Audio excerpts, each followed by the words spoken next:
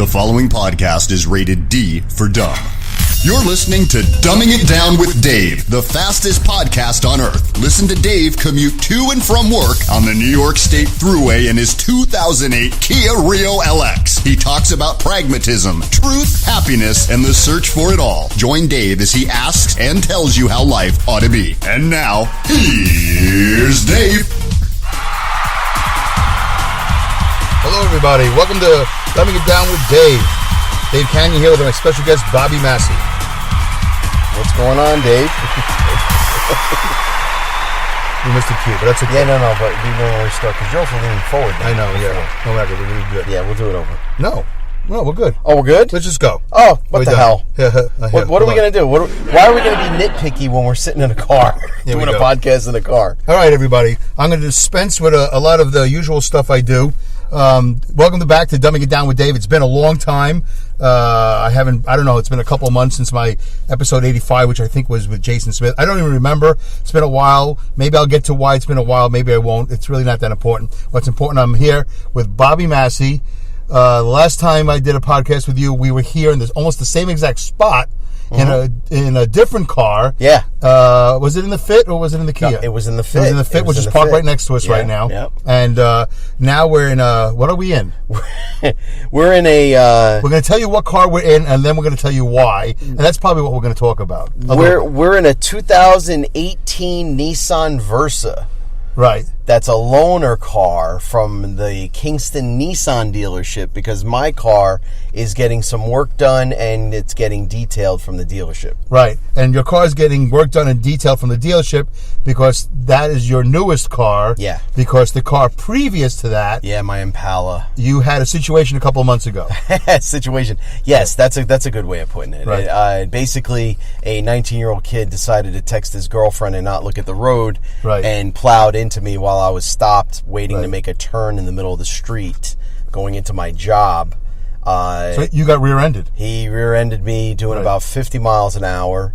Wow. 50? Yeah. I actually... Was that the official number? It is because I actually drove the road and I'm a specialist and I know speeds. And no, I don't know. But he hit me and I was unconscious for about 10 seconds. Ooh. Put me into the oncoming lane. I was very lucky there was no cars coming. Wow. I didn't even know that much. Yeah. He pushed you into the oncoming lane. Yeah. And I mean, I know your car's totaled. I was in the right of way lane, the right lane. Right. There was two lanes on the left side. One was an oncoming turning lane. Right, gotcha. And then the pass lane. Right. And he put me into the oncoming turning lane. Wow. He hit me and I didn't know this until I went back to work recently. It was a good 40 feet that he knocked me through. So he was doing at least 50 miles an hour. Wow. Because I didn't realize the distance, because when you stop to make a turn, you're a good 20, 30 feet from the turn, because you have to make the radius. Right. You have to make the turning radius. Right. And he put me past the turn. Oh, wow. In that other lane. And wow. And he had a Volvo, which everybody knows that has a Volvo knows they're built like tanks. Oh, he had a Volvo. What model was it? It was an older model. It was like it was a Volvo sedan, not a wagon. And all right, so that's a tank. And I had a full size. I had a Chevy Impala, a 2012 Impala, which is also a big car. Was that a 4-door sedan? That was a 4-door sedan. So that saved your life. Yeah. Yeah, if I was in this car in the Versa, we'd be doing the podcast in the hospital right now. Right. Or worse, or you'd be doing a podcast leaving the funeral at the memorial. At the memorial. This would be a Bobby-Masi memorial. At the open mic memorial for me. And roast. Yeah. And you said something interesting to me, Dave. Yeah. You said that the last show you did was with Jason Smith. Yeah. And it's ironic because the last comedy show you did was also with Jason Smith. Okay, we're not going to go there. But I know. I'm just teasing. All right. Man. So, but thank you for bringing that up. I'm glad I was the one to bring you back into comedy and in podcasts. Right, there you go. I take all credit for this. All credit for my career, which doesn't exist. Right. I know, which is why we're in a parking lot at Starbucks. Right, again, this is our return engagement. There's two creeps talk to the dashboard. Exactly. But we're not yelling at the dashboard this time. We're not yelling at the dashboard. This time we have some microphones a little bit, and we're all set up. Even Jason Smith, when we did the last podcast, we had just done a show, his radio show, yeah, WGXC, out of Catskill, out of Hudson, and he was impressed with how much equipment I had in the car as opposed to a radio station. He was like, wow, you got more mics in here than we do at the radio station. Anyway, so that was 2 months ago. You got rear-ended. To shorten this up. Yeah, the Saturday after Thanksgiving. Oh, wow. Yeah, so November 25th, and I forgot about that. Yeah, and you were on your way into work. Yeah. You were making a right turn. Making a left turn onto a road that takes you straight into, or is it like a road into another road? It's the off-road. It's the off-road that my parking lot, you turn into the parking lot off of that road. Wow. So, yeah, I was less than 20 seconds away from parking my car. Now, was this during lunch or you're showing up? I was coming into work. You were coming into work. I was early too. You were early. And I'm usually right on the nose when I walk in the door. I was 25 minutes early to work that day. 25 minutes early. Yep. Wow. And see, I always procrastinate. I'm usually running late, so now I feel better. I'm usually on the nose I get there, or a minute or so late. They're not strict at my day job. Right. They're as long as you show up, you can even be 10 minutes late as long as you call them. And because there's other people that literally will show up an hour late, and not even say a word about it, like it's okay. Right. Well, let me ask you a question. I didn't ask you this. How long before your job knew you weren't coming in that day? Like, what do you mean? Well, you got rear-ended. Yeah. And you didn't get in the ambulance. Oh, no. When I got out of the car, because I walked away from it. So I got out of the car. Very luckily. And I had to go. Everything that was near me in the car, in the driver's seat, ended up on the passenger floorboard. Right. And that was from the whiplash, because I had my lanyard around my neck, I had my fitted baseball hat, my eyeglasses, all because my head snapped back and forward. Yeah. Everything went into the passenger side. So as you're coming out of unconsciousness, literally, my seat was broken. I was completely laying down in the car when I came to. Wow. A guy was sitting in my window, was standing next to the window, asking me if I was okay. And when I realized he said that, I acknowledged. And after a minute or so, just to kind of get my bearings of what just happened, I got out of the car. I had to go to the other side of the car, get my phone, and I immediately called my job, because they're literally two buildings from where I was. Oh, so you did have the wherewithal to call in? Oh, I did. I knew what happened. I knew fumbling where around I was. for your phone. You recall fumbling around for your phone and finding your contacts and hitting a button and dialing somebody answering the phone. You say, "Hey, man." I'm out front. I'm on the road. I don't want to say the name of the road. Okay. All right. I'm on the road because there's also a possible case. Right. Exactly. I'm on the road. I just got rear-ended. My car just got completely messed up. Right. And you have pictures of it. You have pictures of it. Oh, yeah. Can we post that? Can you send it? Can I post that on my Dumbing It Down with Dave? Not until things are settled. Maybe later. Yeah. I put a comment in a Facebook post, because that's what we do now as douchebags. Right. You got to post everything. Look what I ate today. Look what I ate. Oh, I'm so tired. I didn't sleep. I'm having eggs now. Right. Everything, every moment. So I thought it was very important, because this is an impactful moment. I was seriously injured. Impactful. Yes. Very impactful. Yes. Very impactful. Double entendre. Right. And I posted it up, and then a day or two later, I was like, I better take this down, because insurance companies, my job, the police department, anybody could see it. So I won't be posting it, but maybe in the future... Well, we can talk about it. Well, we can talk about it, but maybe in the future, because your pictures are pretty stunning to see. Your car was totaled. Yeah. Total. And the rear end of my car, it looked like... a four-door Chevy Impala, 2000 and whatever. 2012. That's not a teeny car. It looked like, well, you could see from the picture I took, the angle I took, you could see the wheel, the axle was broken, the trunk was caved in. Wow. And you could see the upper part of the roof, the corner panel, the rear, the right roof, the passenger corner panel, looked like it buckled, like it was waving. Wow. Like it buckled in. Right. And if you saw the pictures up close, you'll actually see the trunk was completely caved in, and it looked like the Incredible Hulk took an uppercut to the back end of my car, and when I opened the trunk, you could see the floor, the floor of the trunk was bent upward. Ooh. So and the witness that was at the window said he saw the guy hit me, and he saw the back wheels of his car were elevated off the ground when he hit me. Wow. So that's how hard he hit me. You have a witness. He didn't break. I have 3 witnesses. Wow. And he didn't break, and that's what the impact no skid force. Marks. Yeah. No skid marks. No, the only skid mark on the road and my underwear. Yeah. Come on. I mean, right. Was the tire that he broke the tire, and the tire, when the car got pushed, it dragged about 35-40 feet of my tire on an angle. Right. That's the only skid mark it was, because I had my foot on the brake, right, and he still pushed me that far. Wow. So. All right, so it's been 2 months. You've been out of work. You just went back to work this week. You've been to physical therapy, neurologist, MRIs. Yeah. It's been quite you and I have been in touch. Yeah. It's been quite an ordeal. Yeah. But this podcast is the first sort of comedic or whatever recording, whatever, coming back into the fray, as they say. Yeah, I got so much frustration built up from the insurance companies. Yes, all that. My boss. What a journey. The attorneys, all the stuff that I have to go through now. It's just it's a mess. Yeah. I had to get the car. Got to get a new car. I was injured. Car shopping while miserably injured. Yeah, that's right. Because not only did you pick up the phone and call your job saying, "Hey, I just got ready," and then you actually had the wherewithal to go out and take pictures. Yeah. You actually have to maintain wherewithal because you didn't get in the ambulance. You didn't go to the hospital. No, which, looking back, it was a mistake. That was a mistake. I was in total shock. The only thing I had was a tightness going from like my neck. Yeah, the adrenaline left side. Kicked in. Yeah, the adrenaline kicked in. I had tightness and tension going down my left side. Right. And I said, okay, well, I'm going to be really messed up tomorrow. Right. But I'm not bleeding. I don't have broken bones. I knew where I was. I knew what happened.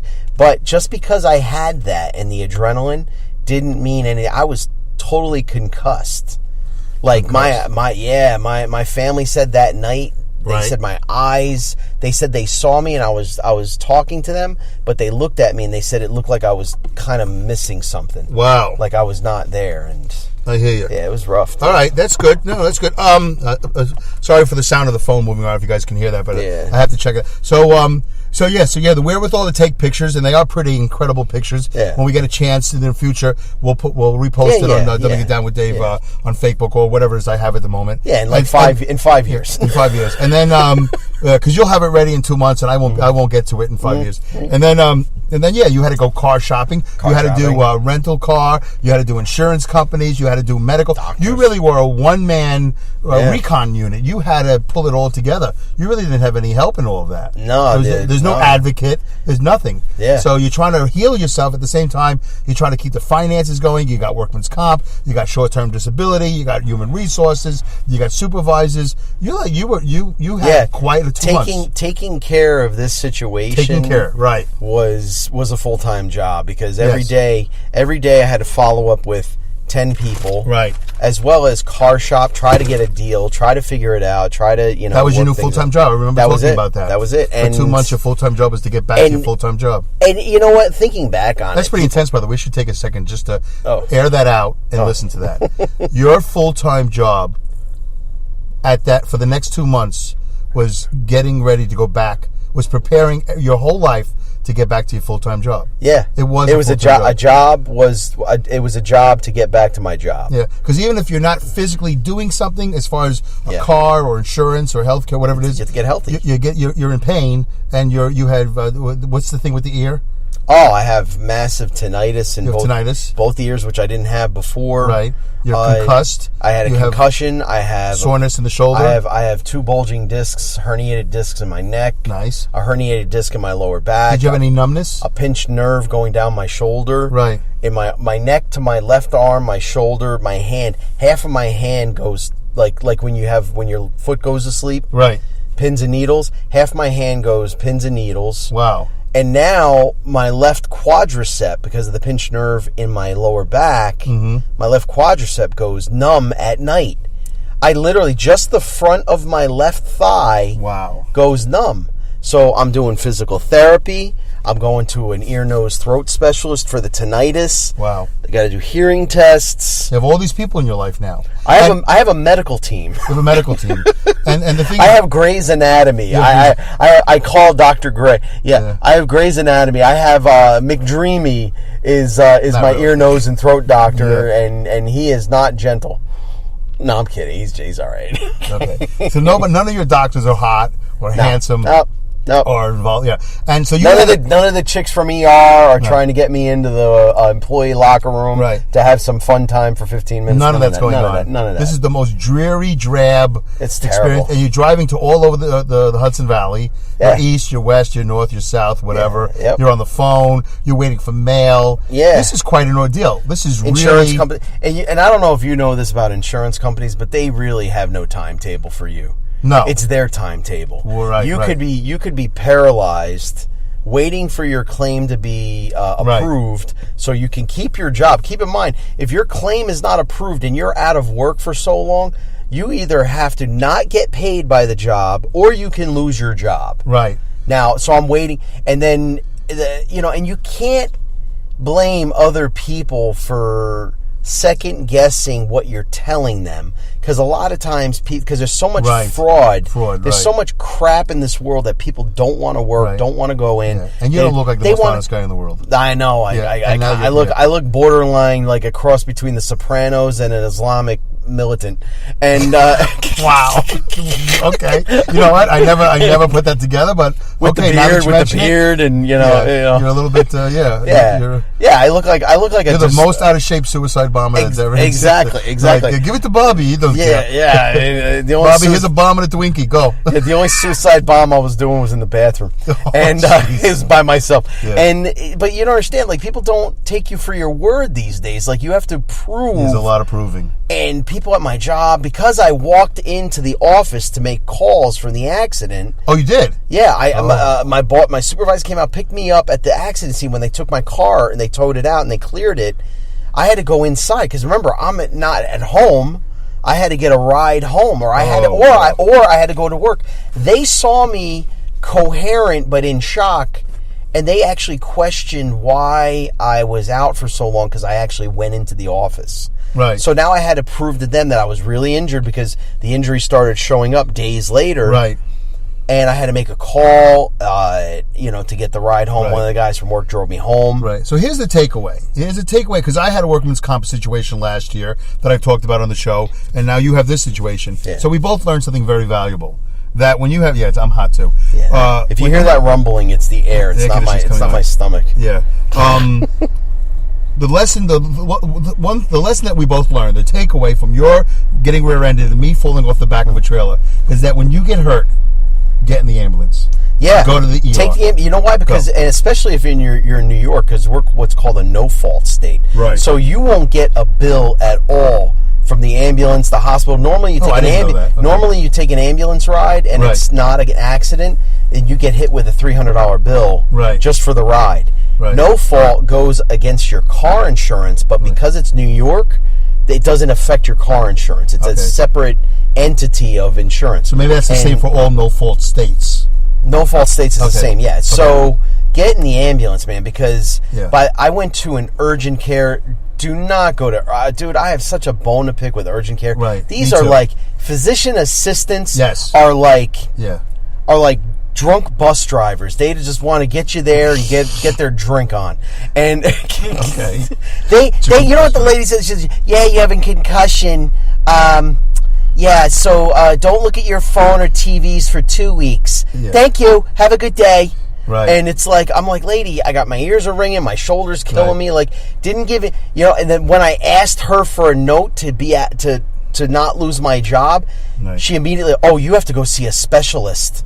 Like, they didn't want to do anything. Urgent care is a waste of time. Yeah. I think it's very expensive, too. Take care of immediately go to the ER. Immediately. Because the emergency room would immediately put me into an MRI. Right. They would immediately put me into physical therapy. Right. Instead, I was doing all this extra running around on my own. Yeah.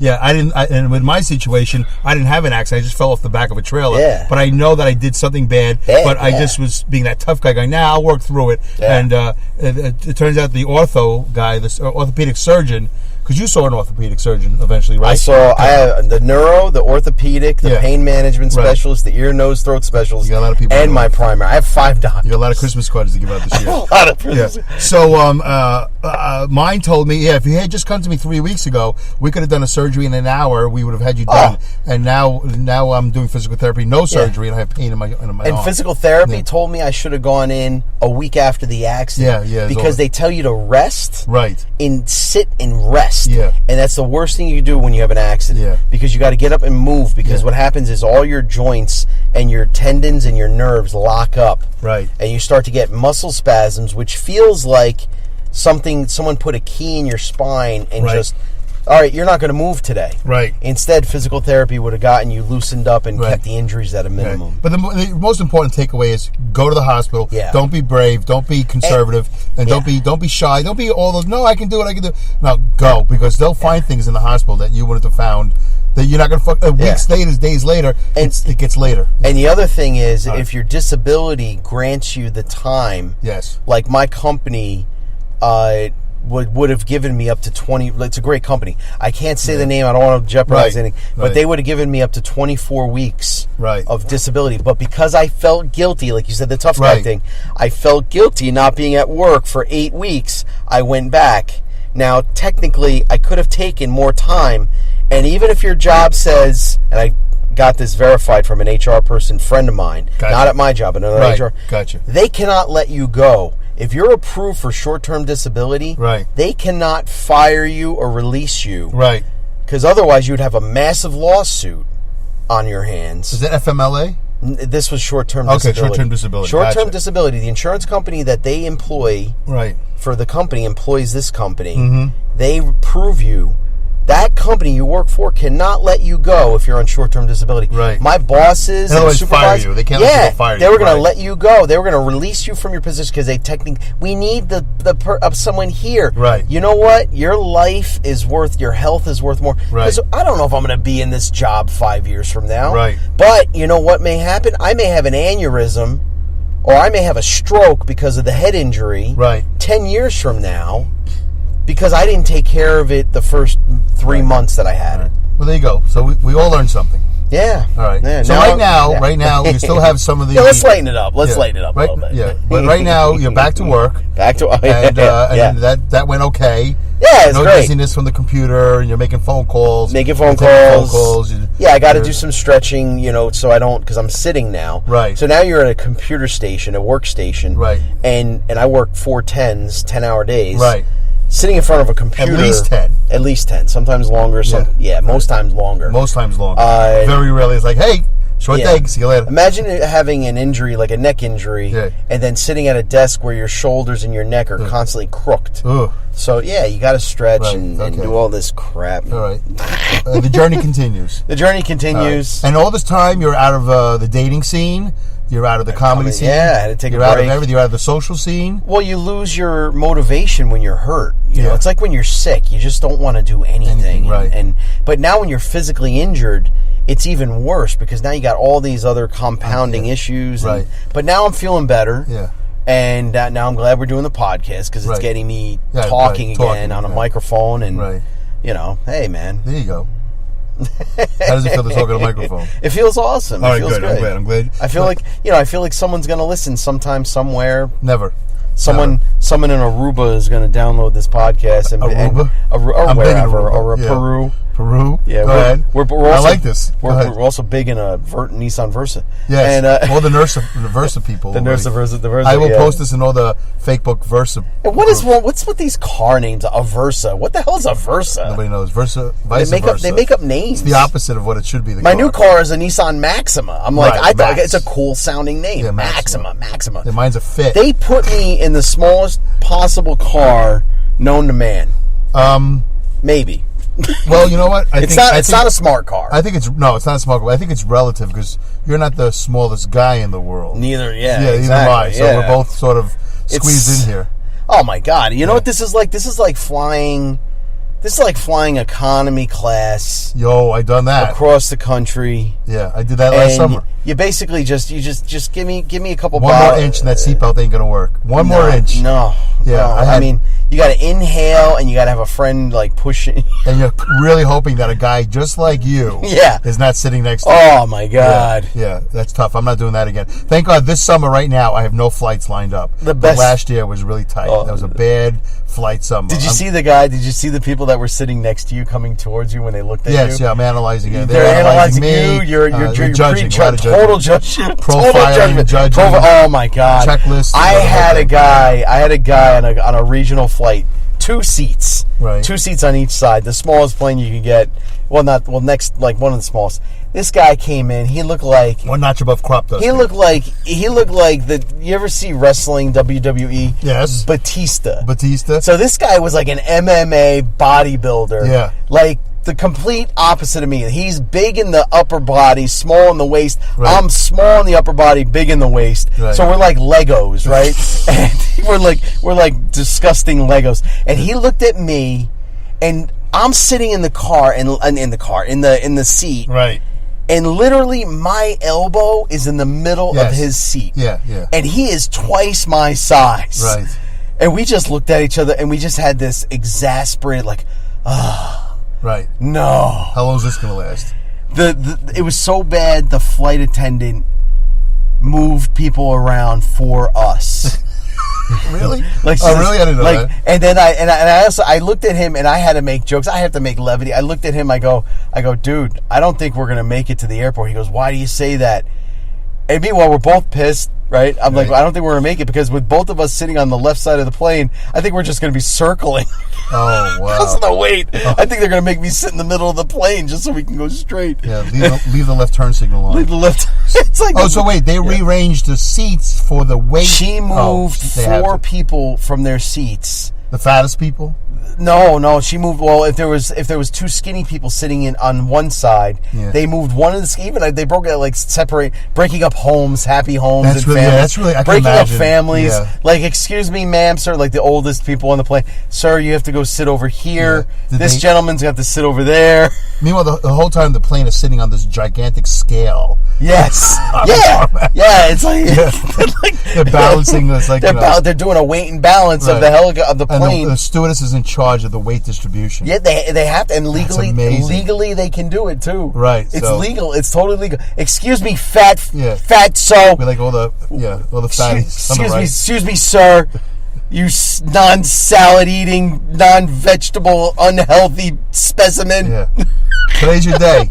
Yeah. You can't sit near the bathrooms because we want to land properly so we don't break the gears. Yeah. We want to stop before the runway ends. Yes. All right. And no, there's no snack trays coming your way. Not you. All right. I can imagine that. That's interesting. Of course, it's the only time I also want to eat healthy when I'm on the plane. Because that's the only time I'm yes, I'll take the salad plate. I'll take the healthy plate. Really? It's like, I'll take the 3 pieces of cheese and the half a cracker. Flying back from Vancouver, I sat next to a rodeo guy. And there was a whole show going on in the area, and there was about 5 or 6 rodeo guys in the airport, and they all looked like the Marlboro Man. They were all like upper chest, arms, and big hands for the ropes and all that stuff, and they all wore Wrangler jeans and those tablecloth checkered shirts. They had cowboy boots, belt buckles, and hats, and it was like, oh yeah, you're a cowboy. Yeah, you ride a bull. You ride a bull. That's what you do. And they were all over the airport in Anaheim in Anaheim when I was coming back from the podcast movement 2017. And then there it is. I'm sitting next to one. And we had a nice conversation. He was tired, though. He was beat up and tired, and I learned a lot about rodeoing and all that stuff. It's quite a career. You and I are definitely the clowns of the rodeo. We would be the guys they throw out in the middle of the ring to deflect the bull from hitting the guy. Somewhere between the concession stand and clowning. Yes. That's where we would fall into the rodeo lifestyle. It goes concession stand, bathroom attendant. Yes, right. Audience member. Valet. Parking bulls. Shovel guy. The guy with the shovel. Yeah, that's us. Rodeo clown. Yeah, right. And we could only aspire to be the clown. Yeah, we wouldn't even have to worry about wearing Wrangler jeans. It would be good. No. Exactly. Yeah. You'd have to get the job which pants would fit you. They would say, let me see. You put on these clown pants. Put on these put on these. What's the guy? The guy at the dancing with the parachute pants. MC Hammer. Yeah. Oh yeah. Oh, if you could fit those, you're a clown. Sir, put your hammer pants on. Yeah. Right. Put your hammer pants on. Put your hammer pants. Can't touch this. There you go. Hey, guess what? That was 29 and a half minutes so far. Holy crap. All right, man. That was good. Yeah, it's excellent. Let's just end it right there. End it. All right, good. All right. Well, let me just really quickly say, who's my buddies over there at Comedy Pipe?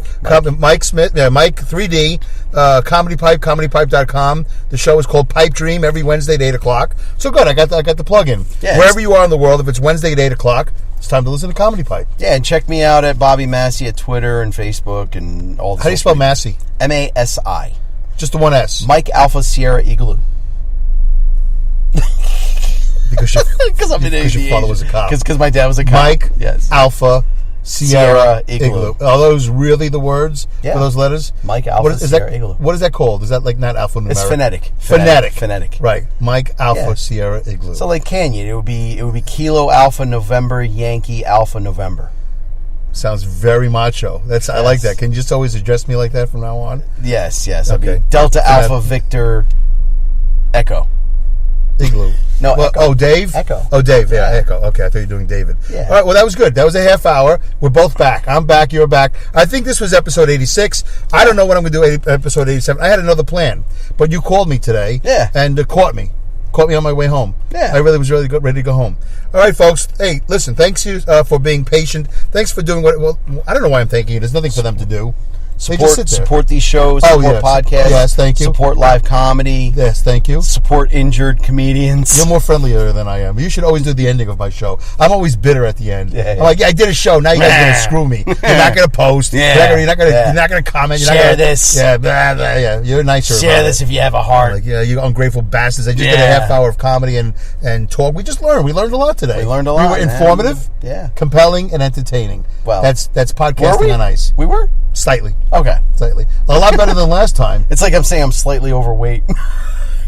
This show is husky. This was a husky show. We're husky. We're husky. Yeah. We're jumbo petite. Yeah, here we go. All right, folks. Thank you for tuning in to Dumbing It Down with Dave. Stay tuned for episode 87. I'll try to do it soon. I already have a plan for it, but I haven't gotten to it. And we'll talk more, and I'll update you on my life and what's been going on. I'm sure you're all sitting on the edge of your seat. We're sitting on the edge of the seat, too. There's nowhere else to sit in this car. That should be the advertising slogan for the Versa, right? You'll be sitting on the edge of your seat because there's nowhere else to sit. If someone looked at us from through the windshield from the front of the car, they wouldn't even see the seats. No, it was just like two guys sitting like levitating. in the car. We're in the car. In the car, folding chairs. They don't even see the back seat. They can't even see. Is that half a car? Yeah. We're like the right side of the offensive line of a Super Bowl Giants team. You can't see the quarterback. Exactly. Can't get to him. This car usually gets 40 miles to the gallon. With us in it, it gets about 8. Is that really true? Is this a 40 miles to the gallon car? Now I'm so curious. I want to test it. What happens when you put 500 pounds of sweat, of useless sweat, of sweaty meat, disgusting flesh-covered meat?